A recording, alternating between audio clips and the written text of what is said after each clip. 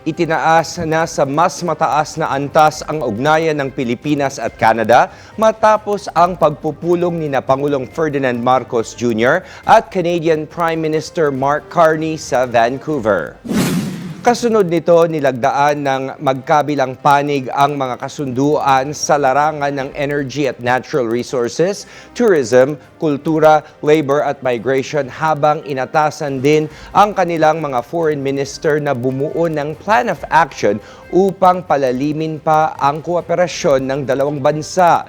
Pinasalamatan din ni Pangulong Marcos ang Canada sa patuloy nitong suporta sa rules-based order sa West Philippine Sea kasabay ng paggunita ng ika-10 anibersaryo ng 2016 Arbitral Award.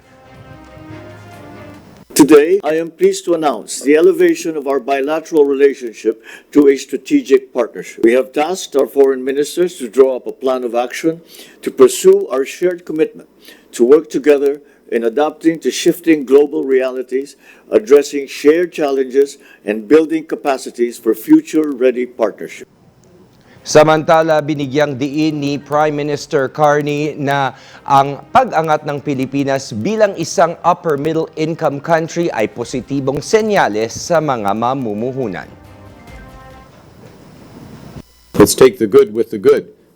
It is a positive sign for the Philippines. This graduation, this doesn't happen. It's not something that reflects the latest economic statistic, a good quarter. It is something more broad and development that's been built over the course of the recent years. And if I may suggest as well, also the recognition of the importance of the private sector in as a partner in overall development. Ayon naman kay Pangulong Marcos, bunga ito ng mga reforma sa ekonomiya at patuloy na pagsisikap ng pamahalaan na hikayatin ang mas maraming pamumuhunan sa bansa.